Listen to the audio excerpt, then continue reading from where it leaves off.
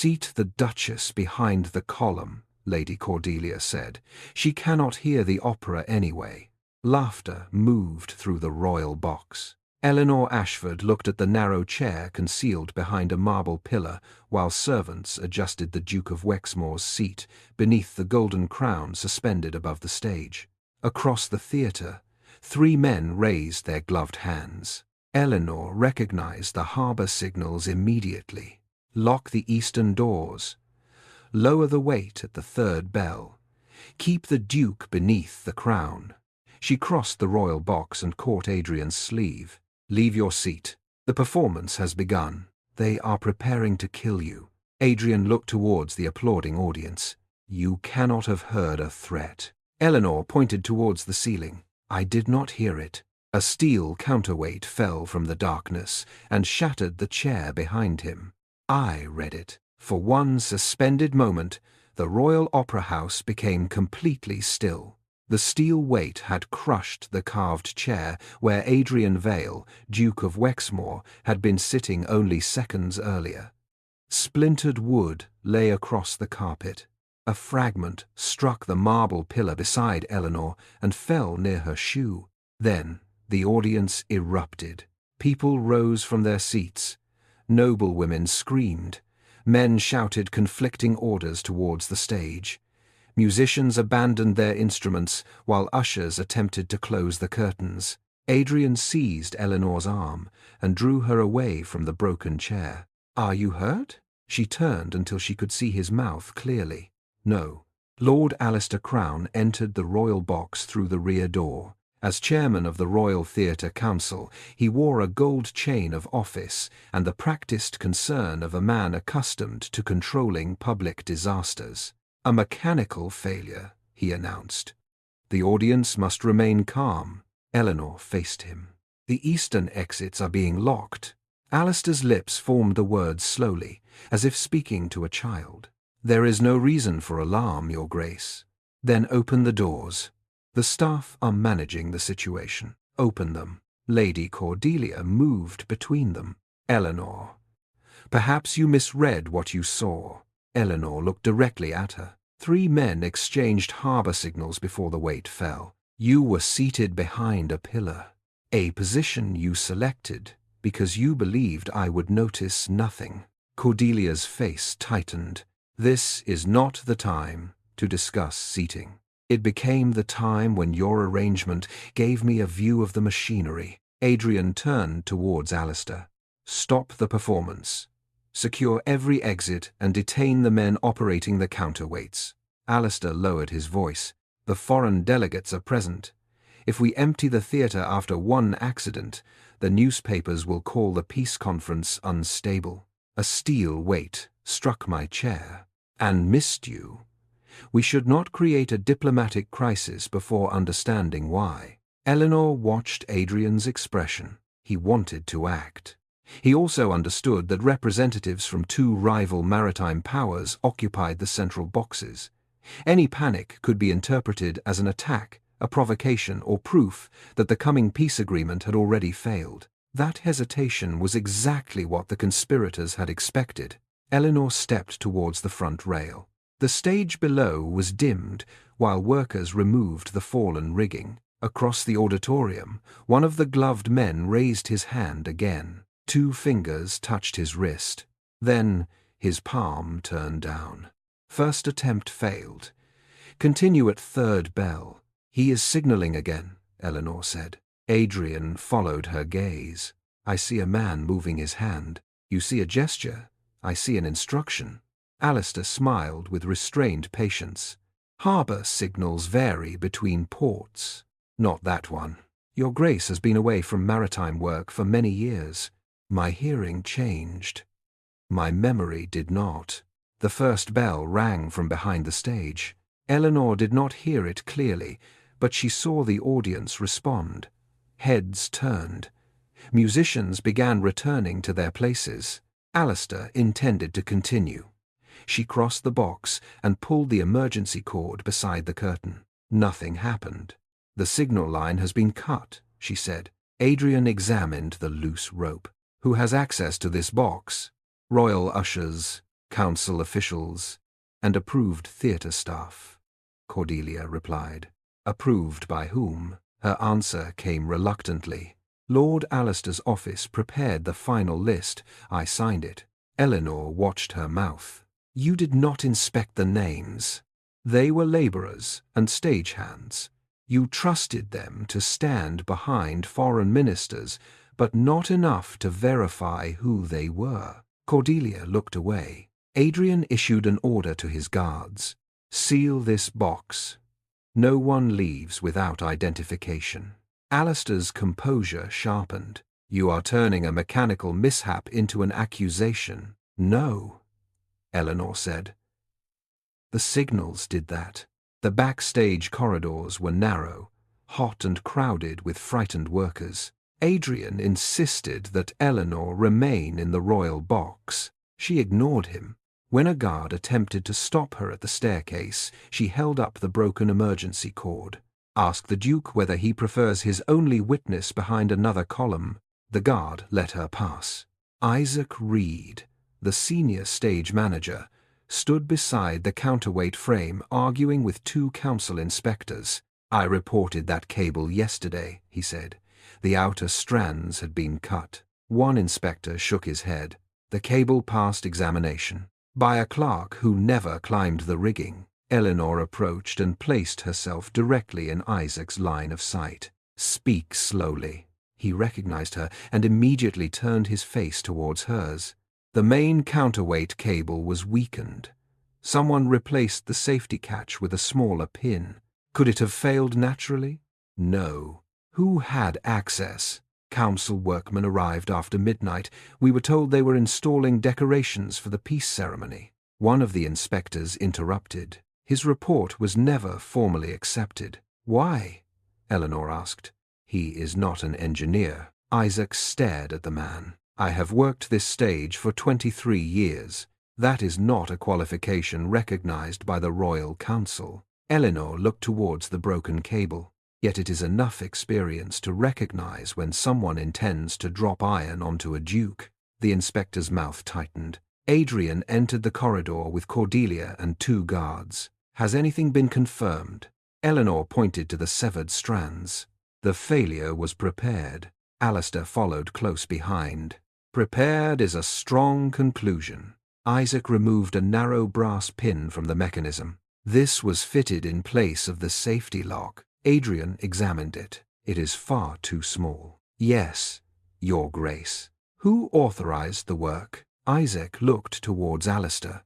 The list came from the Theatre Council. Alistair did not react. Hundreds of contractors work under my office. A forged order proves nothing. A young woman appeared at the end of the corridor. She wore a stage apprentice's grey dress and carried a piece of white chalk. Her eyes moved quickly between Isaac and Elinor. Isaac raised his hand. My daughter, Clara. Clara formed letters with her fingers. Elinor recognized the manual alphabet. Men moved powder below East Stage. Doors nailed. Gas pipe opened. Elinor replied with her hands. When? Before guests arrived. I told Inspector. He said I could not testify. The council inspector laughed nervously. She makes gestures. No one knows what she intends. Clara's face changed. Elinor turned on him. I know exactly what she intends. You may be interpreting according to your own assumptions. Clara walked to the wall and wrote in large letters. I saw 3 men move gunpowder beneath the eastern stage. They nailed the exit and opened the gas line. No one could pretend not to understand.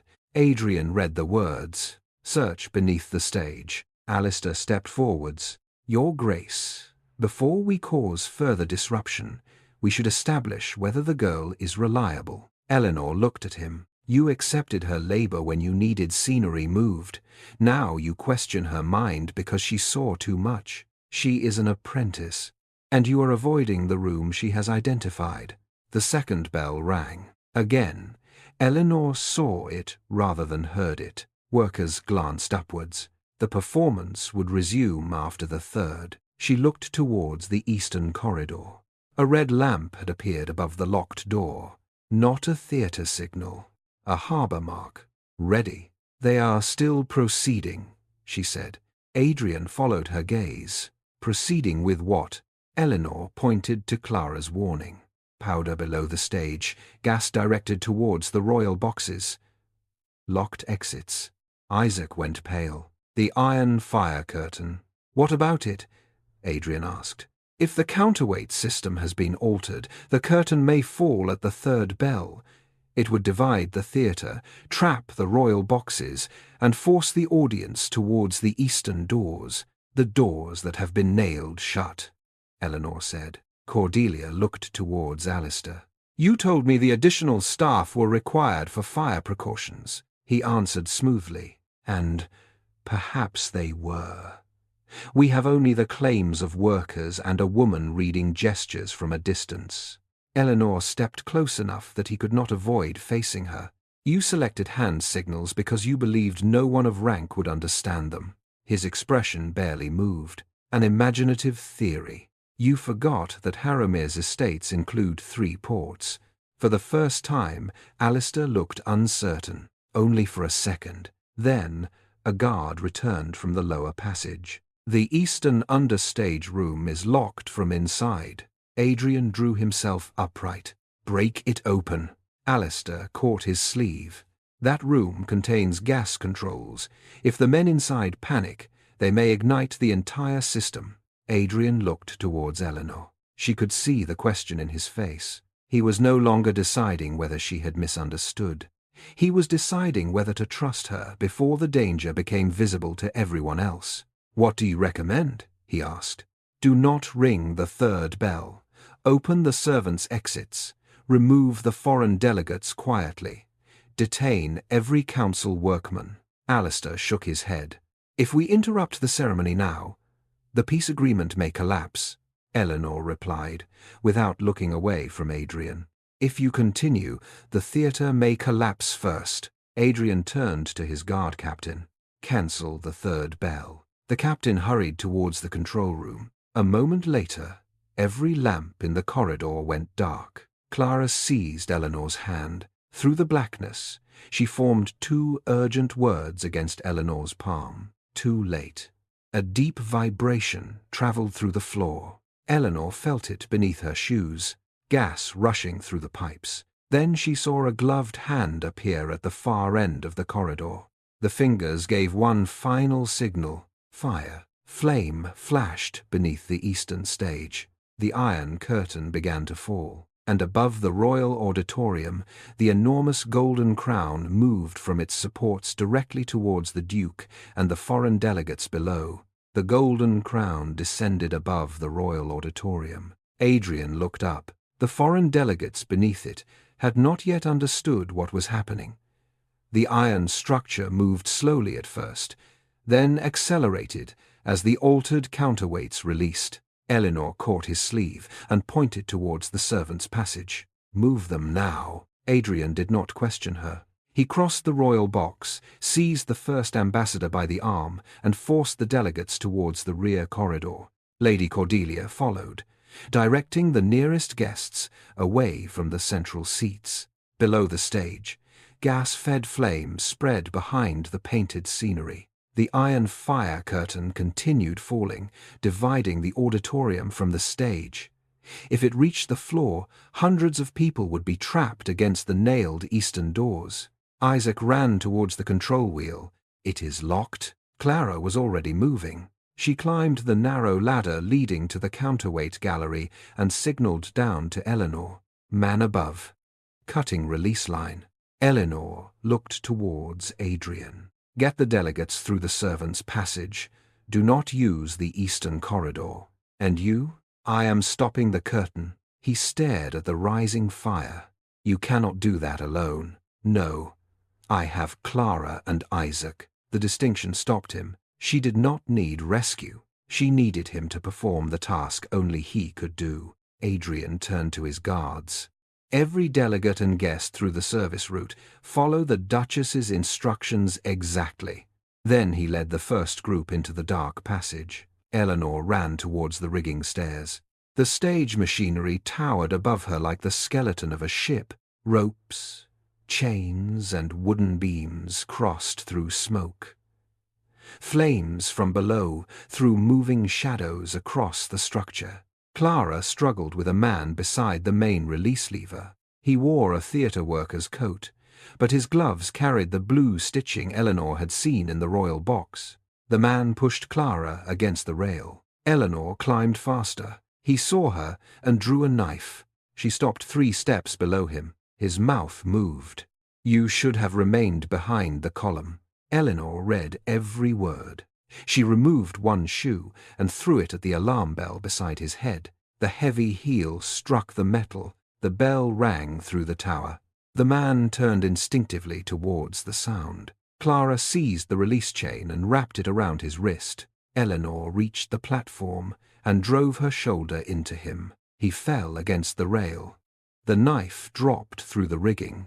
Isaac arrived from the opposite stair and pulled the man away from the controls. "The curtain is too heavy," he said.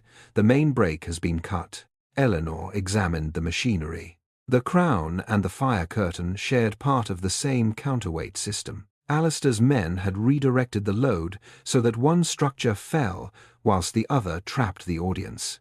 "Can we stop both?" she asked. "Not with the original brake." Clara pointed towards a secondary rope used for lifting scenery. Elinor followed its line. It passed over 2 pulleys and ended beside the crown's support chain. "If we bind the curtain to the scenery line, its weight will slow the crown," she said. Isaac shook his head. "The rope may break. Then use 2. They worked quickly. Clara climbed across a narrow beam to reach the second line. Smoke surrounded her, but she continued without hesitation. Elinor tied the first rope around the curtain drum. Isaac secured the other to the crown chain. Below them, the iron curtain had nearly reached the heads of the orchestra musicians trying to escape. Elinor signaled to Clara. "Release together." Clara nodded. They pulled. The machinery screamed. The first rope tightened. The crown stopped less than 6 feet above the abandoned royal seats. The curtain struck the floor with a narrow gap remaining beneath it, large enough for people to crawl through. "Hold it!" Isaac shouted. Elinor braced both hands against the lever. The rope burned through her gloves. Clara climbed down to help. Together, they kept the mechanism from slipping, whilst musicians, servants, and audience members crawled beneath the curtain. In the servants' passage, Adrian met a locked door. Guests crowded behind him. Cordelia touched the panel. "This should lead to the western courtyard." "It has been bolted from the other side," Adrian said. An ambassador looked towards the smoke entering the corridor. "We are trapped." Adrian saw the fear spreading through the group. Then a hand appeared through a narrow ventilation grill beside the door. The fingers formed a signal, Clara's alphabet. Adrian had seen Elinor use it only once. He recognized 2 letters. Bay. A. Cordelia stared. "What does that mean?" Adrian looked at the lower part of the door. "Back." He forced everyone away. A moment later, a fire axe broke through the wood.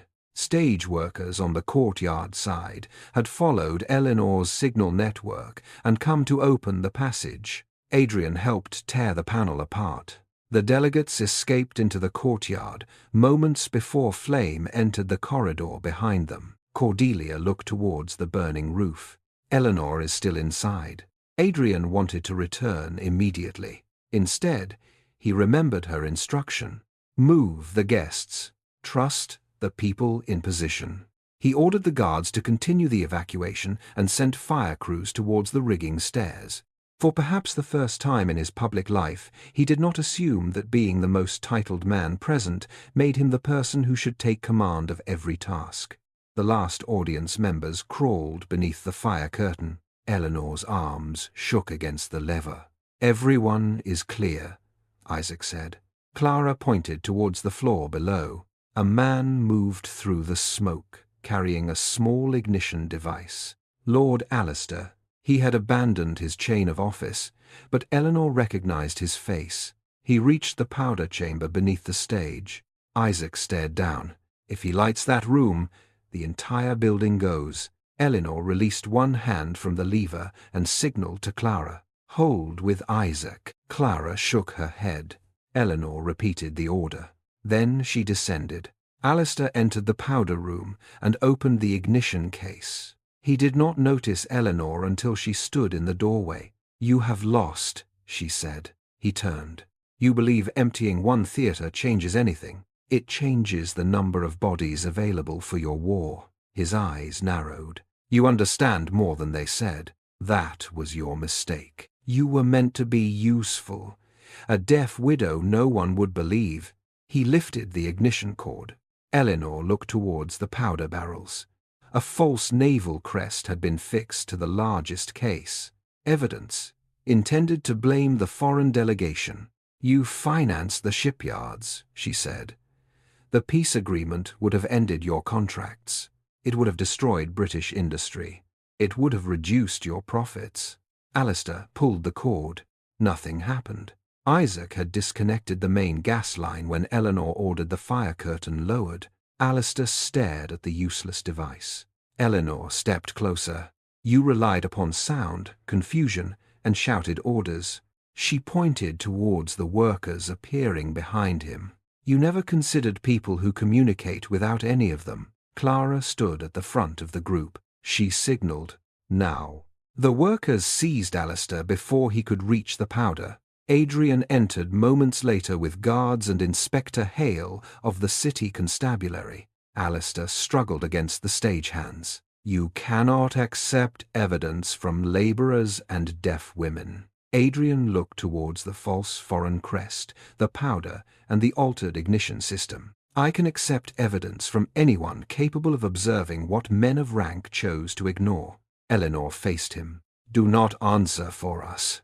Adrian stopped. Then he stepped aside. Elinor addressed the inspector herself. "Seal the powder room. Record every object before anything is moved. Take written statements from Clara, Isaac, and every worker present." The inspector hesitated. "Clara cannot provide spoken testimony. She can write." "And her signs?" "Have 2 independent interpreters record them." Clara lifted the chalk she still carried and wrote upon the wall. "I saw Alistair order the cables cut. I saw his men move the powder. I saw him signal the 3rd bell." The inspector read the words. Then he ordered Alistair arrested. The investigation exposed the complete plan. The altered stage diagrams carried Alistair's private seal. The powder had come from a military supplier, in which he held hidden shares. The knots used on the rigging matched those used in his naval yards. The false foreign emblem had been manufactured 3 days before the performance. His financial records showed that he had purchased large interests in shipbuilding, insurance, and wartime grain before arranging the attack. Cordelia publicly admitted that she had approved the staff list without examining the workers' identities. "I believed the names beneath mine were unimportant," she said. "That arrogance placed everyone in danger. The peace agreement was not abandoned." Adrian insisted that the signing take place on the repaired stage 2 weeks later, not in the royal box, not beneath the restored crown. On the stage itself, beside the workers who had saved the theatre. Before the delegates signed, Adrian addressed the audience. "We treated the Duchess's silence as ignorance because listening to her required effort." Elinor stood beside Clara and Isaac. "I ignored her first warning because I valued diplomatic appearance above evidence. I also remained silent when she was humiliated because I considered the insult too small to challenge." He looked towards the marble column that had concealed her chair. It was small only to those who did not suffer it. He did not say he had given Elinor authority. He said the truth instead. "She possessed authority before any of us recognized it." The agreement was signed. Alistair was charged with attempted murder, conspiracy, fraud, and treasonous provocation. The Royal Theatre Council was dissolved. Elinor accepted a permanent seat on the new council for royal ceremony and public safety. Her conditions were written into its founding rule. Every important meeting required a complete written record. Testimony given in writing or through recognized signs carried equal legal weight. Stage workers could suspend a performance when they identified a danger. No official could reject a warning because the witness lacked rank, speech, or hearing. Isaac became Chief Safety Officer of the Royal Opera House. Clara took charge of a new visual communication system connecting the stage, galleries, and exits. The first emergency rehearsal revealed that half the noble patrons had ignored the illuminated signs. Elinor made them repeat it. Months later, Adrian invited her to the theatre after sunset. The auditorium was empty. No orchestra played. No audience whispered. Only the stage lamps remained lit. He stood before her and raised his hands. His fingers moved carefully. "May I court you?" The final sign was wrong. Elinor studied him for a moment, then stepped closer and corrected the angle of his hand. "You have asked whether you may purchase a fishing boat." Adrian's mouth curved. I suspected the lesson had gone badly. She signed the sentence properly. He repeated it. This time, every movement was clear. "May I court you?" Elinor answered with her hands. "Ask again after you learn to listen without waiting for danger." Adrian nodded. Then he began the sentence from the beginning. They stood together in the silent theatre, beneath machinery rebuilt by workers whose warnings could no longer be erased. For the first time, Elinor needed to hear nothing at all to know she was being listened to.